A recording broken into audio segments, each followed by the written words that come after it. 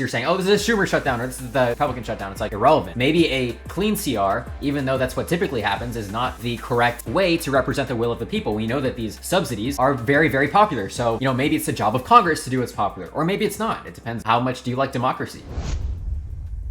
The only thing interesting that happened yesterday was the situation with Canada, and I'll do a whole segment on that. There's a ton of details there, but I noticed Ben Shapiro post this to his show yesterday, a video titled, "Why Won't Democrats End the Shutdown?" Such a stupid question. They've made it very clear. And he has a guest on.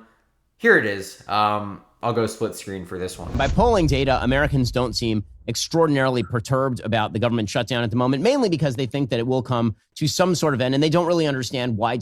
Actually, by polling data, they overwhelmingly blame the Republicans for the shutdown. Now, I do not know how they feel about the shutdown. In general, shutdowns are very unpopular for obvious reasons, right? People's SNAP payments are going to run out if the shutdown goes long enough. People can't go to work, etc. There's no economic data. That's another thing. So it's not a question as to whether it's unpopular, it's who they blame. And the Quinnipiac polling at least says that they blame Republicans. I don't know how he's going to skirt around that. Are preventing the shutdown from ending. According to Harry Enton over at CNN, the president's poll ratings have not moved one iota. If anything, they've actually risen a point since the beginning of the government shutdown. For folks who are not familiar, that's a very odd poll to use when assessing a specific issue. An overall approval rating. If you want to go by overall approval ratings, October approval ratings, if we're going by specifically October of the first year of a term, this term, Trump 2, is only beaten by Trump 1.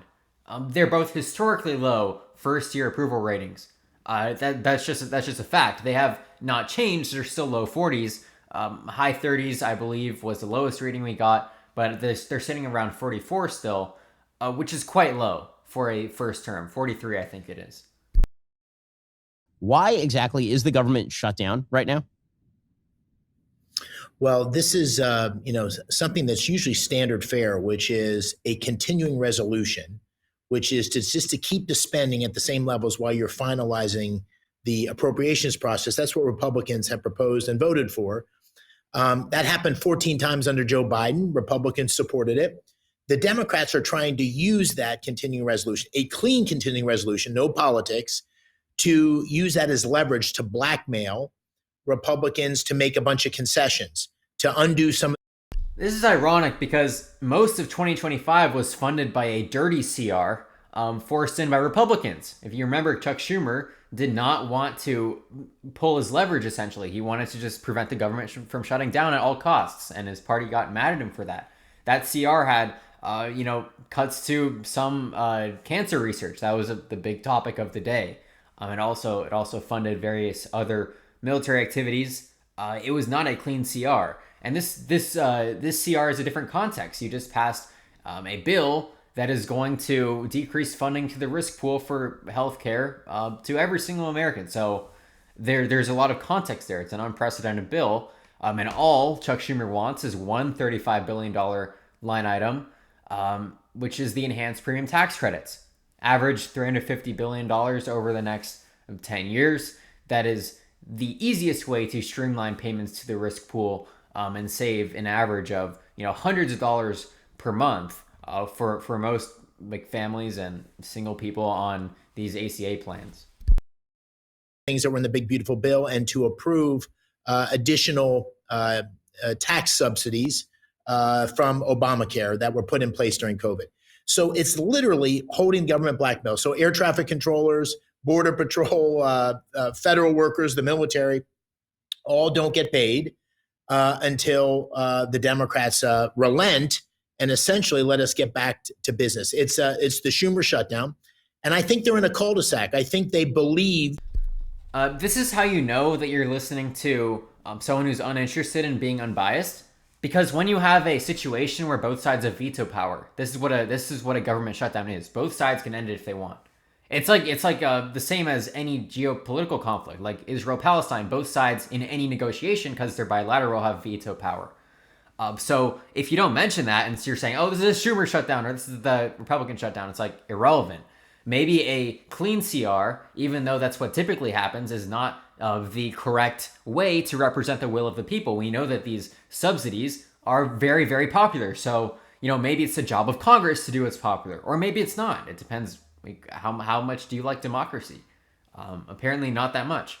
If you looked at any of the polling data on this, people love these subsidies because they're very streamlined. There's no fraud in this. This is one of the most effective things that government does, especially these expanded subsidies, where we saw a demonstrable millions increase in insurance coverage. There's literally no downside. I've never heard a downside. They don't even address a downside. That this was the right thing to do politically, and it was going to help them show that they were fighting back against President Trump, when in reality it's just bad policy. And I'll never support shutting down the government. We should be able to find ways through this. That's a bad policy. Senator Fetterman, my fellow Pennsylvanian, he and I agree on that. Regardless of what party is in power, it doesn't make sense to shut down the government. I've supported legislation by James Langford to ensure that doesn't happen again. Well, Senator McCormick, Kevin Hassett of the National Economic Council, he has suggested that the government shutdown could end this week. Are you seeing any movement on the part of Democrats to end this? Maybe more moderate Democrats coming over to the side of ending the government shutdown? I don't see anything in the foreseeable future, to be honest with you. I've spoken to a number of those moderate Democrats. I think that they believe, at least for the time being, that there's some political advantage here, which is a sad commentary. Perhaps. Well, there is. All you have to do is look at the polling data. I think I've already would have edited in the Quinnipiac polling that the propaganda is not necessarily working because there's a policy on the line that is very popular. So if you just take a little bit of common sense, notice how they don't at all talk about the policy. You'll never hear, maybe conservatives back in the day used to actually defend their policy positions. Now they just skirt over them. It's irrelevant. But this is politically advantageous to Democrats, no matter how you slice it, and that is showing up in how people are receiving the shutdown, despite the messaging. Coming weeks and days and weeks as the impact starts to grow, I think the pressure may ultimately lead them to relent. In Pennsylvania, 100,000 federal workers. The big thing that's happening now is there's 2 million recipients of SNAP benefits. These are people that are often living paycheck to paycheck. They're no longer receiving those SNAP benefits, and they won't receive them until. Yes, so they like the welfare programs when they can use it as a political tool to take away more welfare programs, but they don't actually. They'll never admit that these programs are popular. That's what this whole thing's about. If you like these programs so much, then why don't you support the CR to keep one of the very most successful ones open? Right? Why is SNAP so good, but these ACA subsidies are not? Choose a position. These people don't talk about policy at all.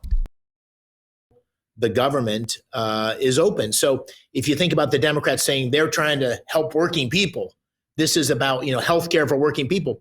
This is really putting an enormous amount of pain and pressure on working people because SNAP benefits and other things, that people that are employed by the government aren't getting paid. So I think that pressure is going to grow, but I don't. How do you even say that? You could restore the SNAP payments and have the ACA subsidies cover 5 million people who would be uninsured without these subsidies. You could have both, best of both worlds if you like these programs. Make up your mind. I don't understand. Shouldn't you be against SNAP if you're against these subsidies? Both of them have demonstrable benefits. Either you're for welfare or not.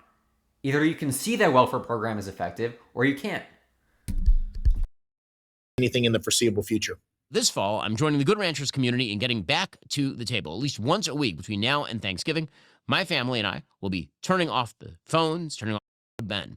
And Senator McCormick, you mentioned Senator Fetterman a moment ago, and it really is quite astonishing that Senator Fetterman appears to be one of the only semi-rational Democrats who is around at this point. He has come out against the government shutdown. He has praised the president for accomplishments in the Middle East. And yet Democrats apparently are now targeting Senator Fetterman for a primary challenge in a purple state that, again, President Trump has now won 2 out of the last 3 election cycles. You're a Republican senator from that state. What do you make of the Democratic Party that's basically saying to Senator Fetterman, who has very high approval ratings among Republicans and pretty good approval ratings among independents, that they're saying you don't belong in our party anymore, despite the fact that he votes with President Trump a grand total of 6% of the time?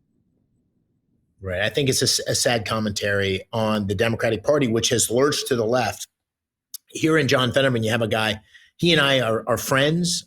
We have found a way to work together, but he and I disagree on many things. He votes, as you said, as a Democrat most of the time. What's different about him is he speaks authentically. He speaks truthfully. He doesn't buy into this radical liberal orthodoxy, which where he ultimately is attacking Israel or embracing anti-Semitism. That's what his party. Yes, we've gotten to the most important thing of all time. I don't. It doesn't make sense to me why Fetterman. I mean, that's just super weak by Fetterman. I know he opposed the big beautiful bill. Why not just get with your party and pressure against it? Like one of the easiest things you could possibly do. I just don't know. Like repealing other parts of the bill could be politically hard, but this is very, very easy because Republicans like this program. And they spent a grand total of 10 seconds talking about it in this video.